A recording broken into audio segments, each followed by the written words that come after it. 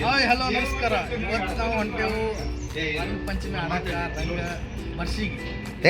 ರಂಗ್ರೇವ್ ಸಾರಿ ರಂಗರಾಯ್ full enjoy ಮಾಡೋದು. ರಾತ್ರಿ ಬೆಳತನ ಉಳ್ಕೊಂಡೆವು. ಇವತ್ತು ಫುಲ್ ರಂಗ ಪಂಚಮಿಯಾಗ ಬಣ್ಣ ಹಚ್ಚೋದು, ಇದೇ ಆಡೋದು. ಓಕೆ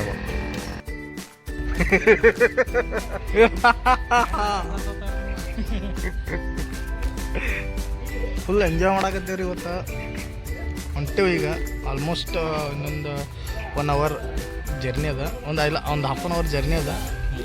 ಹಾಫ್ ಆನ್ ಅವರ್ ಆಗನ ನಿಮಗೆ ರೈವ್ ಇಲ್ಲ, ರಂಗ್ ರೈವ್ ತೋರಿಸ್ತೆ ಹೆಂಗೈತಿ. ಫುಲ್ ಬೆಂಕಿ, ಫುಲ್ ಅಂದ್ರೆ ಫುಲ್ ಬೆಂಕಿ.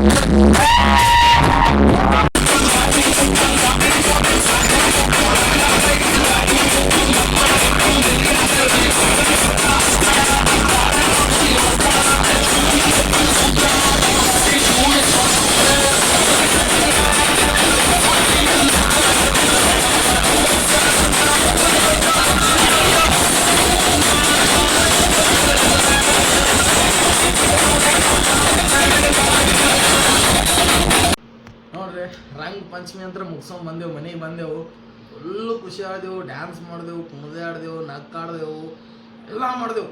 ಫುಲ್ ಅಂದರೆ ಫುಲ್ ಖುಷಿ ಮಾಡಿದೆವು, ಬ್ಯಾಂಕಿಗೆ ಖುಷಿ ಮಾಡಿದೆವು. ನಾವೆಲ್ಲ ಅಣ್ತಮ್ಮರು ಹೋಗಿದ್ದೆವು, ಫುಲ್ ಖುಷಿ ಮಾಡಿದೆವು.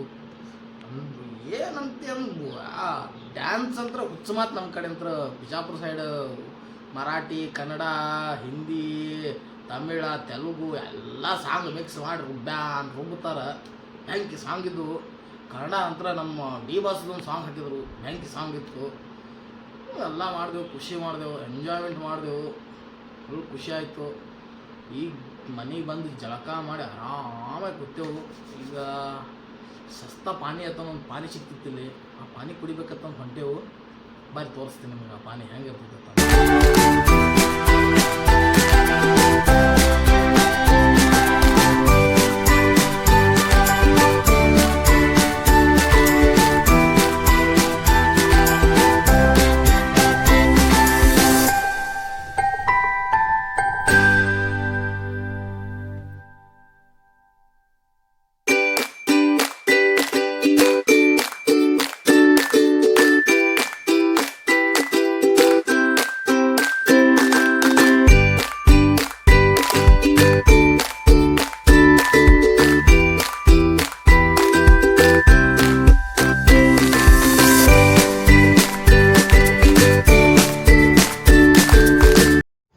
ನಮಗೆ ಅಲ್ಲಿ ಸಸ್ತಾ ಪಾನಿ ಸಿಗಲಿಲ್ಲ, ಹಾಗಾಗಿ ಚಹಾ ಕುಡ್ಲಿಕ್ಕೆ ಬಂದೇವ್ರಿ.